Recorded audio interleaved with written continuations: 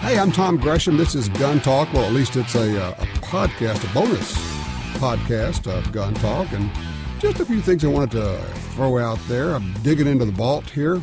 I pulled out an older column. This one I wrote for Guns and Ammo and Hunting magazines 15 years ago. This was for the July 2000 editions of those magazines.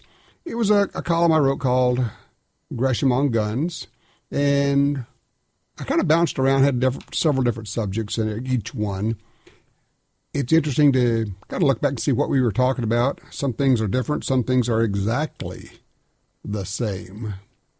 Hope you enjoy this one. July of the year 2000. Sell or don't sell. Hang around shooters and hunters enough and you'll acquire a number of guns. In the process, you will buy some, trade some, and sell some. You also will make some mistakes, and I've made my share. In most cases, I think, we know when we're making a mistake, but we do it anyway, and I can't understand why. For instance, in the late 1970s, I worked for the NRA when the headquarters was at 1600 Rhode Island Avenue, only 6 blocks from the White House. A combination of 3 years in D.C., more than anyone should have to endure, and the usual strange goings-on at the publications division prompted me to look for a change. Alaska beckoned, and I took the post as editor of Alaska Magazine. The problem was that I had a contract with the NRA, and I needed to buy my way out of it. A Browning Satori 12-gauge, 2-barrel set had been my go-anywhere, hunt-anything shotgun for several years, before screw chokes. A Smith & Wesson Model 27 with a factory 5-inch barrel was my best handgun. Yes, I sold them both to get out of Washington. While it was worth it, I sure wish I still had that .357 Magnum revolver. A little side note here, I ended up getting another Model 27 later. It's a 4-inch barrel, not the very nice 5-inch barrel. And it's still delightful. The large frame .357 Magnum is just a great revolver. Then there are the guns we buy for no good reason. I don't really want an AR-15. But I have 2 of them, courtesy of Bill Clinton. When he was pushing the so-called assault weapons ban, I bought 2. I haven't shot them much, but I like knowing I bought them. Gun people are interesting that way. Note that this is in the year 2000. I now own more than 2 ARs, have learned to use them, learned to love them, and really appreciate what they're all about. Never wrote to thank Bill Clinton for introducing me to the AR-15. More than I need, but not as many as I want, is my standard answer when somebody asks how many guns I own. I'm reminded of the line, "It's not a sin to tell a lie to a man who is not entitled to know the truth." What's next for me? At some point I'm going to break down and buy a good side-by-side shotgun. I had a 20-gauge Fox that handled like a boat paddle, and I still own a 20-gauge Ithaca SKB Quail Special that feels great, but with which I cannot hit a barn. Those 25-inch barrels are just too short. I think I'd like a 20 or 16-gauge with 28-inch barrels, either box lock or side lock, straight grip, very trim, very light. I've been dancing around this idea for 5 years now, and I just haven't pulled the trigger. Maybe this is the year I do it. Any suggestions? Well, it turned out I actually got one. It's not a 16 or a 20. I got a 12 gauge. It's a Grulla, the Spanish gun maker, 29-inch barrels, light, trim, beautiful, delightful. I shoot it pretty well, but the truth of it is I still shoot my over and under better. Gun owners hammer Citibank. There are those who make things happen, those who watch things happen, and those who say, What happened? Gun owners who are not on the internet often fall into the last category. In mid-February, a rumor began flitting about the web that Citibank had canceled the account of a shooting range in Nevada, citing a corporate policy of not doing business with companies which make or sell firearms. It sounded like a phony internet rumor, so I called Citibank HQ in New York. Sure enough, the company confirmed a policy of discrimination, and they seemed proud of it. I went on the air with the info, broadcasting coast to coast on my radio show. Then the internet exploded, and every hour I received emails about the Citibank discrimination. Citigroup owns Citibank, as well as Travelers Insurance, Solomon Smith Barney, and a number of other companies. Within days, thousands of Citibank credit cards were being cut up and returned to the company, along with explanations that we gun owners will not tolerate being branded undesirables. Thousands, and then tens of thousands, and then hundreds of thousands of gun owners jumped on board, sending emails to Citibank, calling local branches, and moving their investment accounts to other brokers. Citibank stonewalled. Calls went unreturned. Email wasn't answered, and no statements came. It appears that the higher powers there thought that we are a few bubbas who keep our money in a sock and that we would go away. The Second Amendment Foundation and the NRA call for a boycott of Citibank and all Citicorp holdings. The speed at which all this happened no doubt stunned Citibank.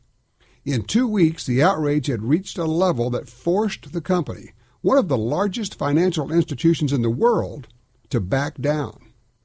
On March 7, the company announced a change in policy, and that it would treat gun makers and sellers the same as other companies. Gee, thanks. Radio and the internet made it happen. These days, not online often means not informed. Little side note here. That was in the year 2000. We had just come out of the Clinton gun ban, the 1994 gun ban, the crime bill. We were in the middle of actually the Clinton gun ban then, and people were activated, they were motivated, they were alert, they were responsive. I wonder, we see companies now, financial companies, who discriminate against us. But what we're not seeing is people cutting up their credit cards and sending them in. They're not sending hundreds of thousands of emails. It's disturbing, and I wonder, have gun owners just come to accept that we're being discriminated against and they just kind of shrug and go, yeah, that's the way it is. Nothing we can do. It's Citibank. It's Wells Fargo. It's so-and-so. They're big, we're small. I wonder. I hope not. And we have this great example from the year 2000, 15 years ago, at how effective we can be when we're plugged in and we're activated and we're motivated and we get off our butts. Are you activated? Are you motivated? Are you informed? Are you part of a group? Are you part of your state organization, your state gun rights organization? Gosh, I hope so. Because really the action right now, the activity on gun bans, on the so-called universal background checks, it's happening at a state level, not at a national level. And you need to be plugged in. You need to be a member, not just knowing what's going on. You need to be a dues-paying member of your state's gun rights group or groups. All right, moving on. Handguns are edgier. A vignette this morning, as I write this column, demonstrates how certain topics are chosen for national television coverage. Through a friend, I was put in touch with a national television network, MSNBC, about a program that they wanted to do on the 10 most popular guns in America. I wrote in the column, I'm not telling which network just yet because I may be helping maneuver the program toward a balanced approach. On the phone, the producer was excited about the show, explaining that it would be totally non-political and wanted to know if I could tell him which guns were the most popular. Sure, I said. While I'm not sure of the exact order, I offered that the list certainly would have to include the Remington 870 shotguns, just for starters. Oh, that's a shotgun. That's used for hunting, isn't it? He said. Yes, it often is, I answered, knowing what was coming. You got it. When they said firearms, they really meant handguns. I explained that there might be a couple of handguns that would make the top 10 list, but that the most popular firearms would be shotguns and rifles. After checking with the bosses, he confirmed that they wanted only handguns because, quote, handguns are edgier. It's television. Journalists need not apply. Stay tuned. All right, the backside of that, I wrote that on the day I got that call, was I ended up doing the piece with MSNBC. I did, and look, the reason I did, because I knew they were going to try to do a hatchet job on us, and I figured I can probably do this better than most people, and so I was able to maneuver it a bit, because they said they wanted me to pick the most popular handguns. Well, I picked things like the Smith & Wesson M&P revolver with its long history, the 1911 with its great history, and we picked a number of those. And then when I got the crew in, the New York crew in from MSNBC, I connected them. Not only did we do the story with me, I connected them with Jerry Michalik and Jim Clark Jr., had the crew out shooting and knocking down steel plates with handguns with these guys, and before you know it, they're having a good time, and they're no longer doing a story about those people who like handguns, because now they are part of those people. Turned out we got 3 good pieces on a national network out of that. So sometimes the smart move is to not say, well, no, I'm just not going to talk to the media. If you think you know how, and you know how to redirect it, and you could get something positive out of it, might as well jump in, because they're going to keep going until they find somebody, and it may be somebody who actually does us harm. Back to the column. Stainless steel ain't. A question posed by email asked if there was something wrong with a stainless steel Kimber pistol that showed signs of rust when stored in a gun safe. Since we are into the hot and humid time of the year, this is a good time to review your storage methods. Stainless steel resists rust much better than blued steel, but it is not rust-proof. It still needs to be protected with sheath or some other rust preventative. Also, an airtight safe traps moisture and can be a death trap for guns. The Goldenrod dehumidifier has a good track record, keeping safes and gun cabinets dry. You can get one from Brownells. Before wiping your guns down with an oil, wipe them down with a solvent. Skin oils contain acids which can cause rust. Don't just cover those acids. Remove them by wiping down the metal parts of your gun with a solvent, gun cleaner, degreaser, etc., and following with something for preventing rust. Yes, that goes for stainless steel too. I would add that in 2015, the products from Slip 2000 are at the top of my list. I think they really work well. The never-ending battle. A friend in the radio business sent me a short essay he prepared to try to explain some realities to gun rights activists. One of his points stood out like an albino moose in the headlights. He explained that the fight for gun rights is a process. We will be fighting it forever. We will never win the fight, because even when we win a particular episode, there will always be more. Understand, he said, that this is a cause that requires constant attention. You personally don't have to be fighting it every day, but you do need to understand that beating off a particular bill doesn't mean that we have won. It means only that we live to fight another day. Is this important? Well, sure. We need to understand that this is forever if we are to prevent getting bored or disappointed or beat down or just weary. The real threat isn't losing. The real threat is in giving up. I well remember being in high school and debating the Dodd Bill, which became the Gun Control Act of 1968. That's 32 years ago, and many of the arguments heard then will be seen in newspapers this summer. Here's a nifty arrow to have in your quiver. Neil Knox recommends that when someone says that we gun owners should compromise, offer to work with them if they will compromise by eliminating the ban on interstate sales imposed by the Gun Control Act of '68. The instant check has rendered that ban meaningless. Rest assured, you will get no takers. Personally, I'm ready for the next 3 decades.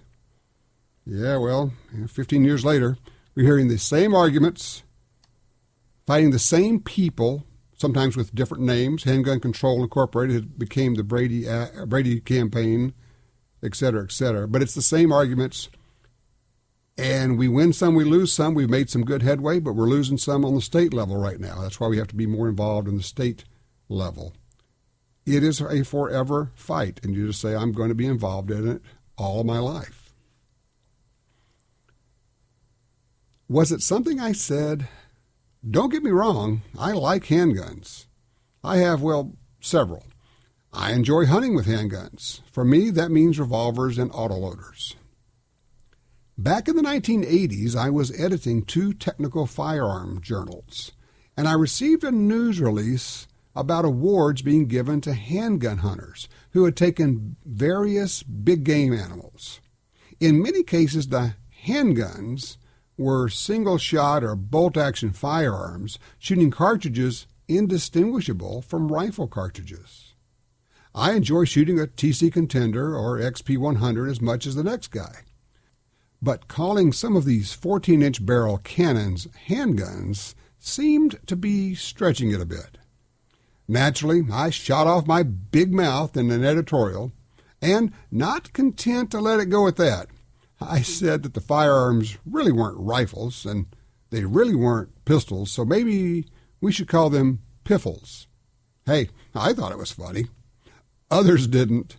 One company which makes Magnum conversions on the Contender platform pulled its advertising in protest. Come on, guys, can't you take a joke? After a few months, they were back, but it was a reminder that some folks take their choice of firearm pretty darn seriously. Now, how about a fight over which is better, the .30-06 or the .308? Interesting to jump into the time machine, jump back 15 years, particularly that part about eliminating the ban on interstate sales, that the National Instant Background Check has made that meaningless. We're still fighting that fight, still trying to get it done.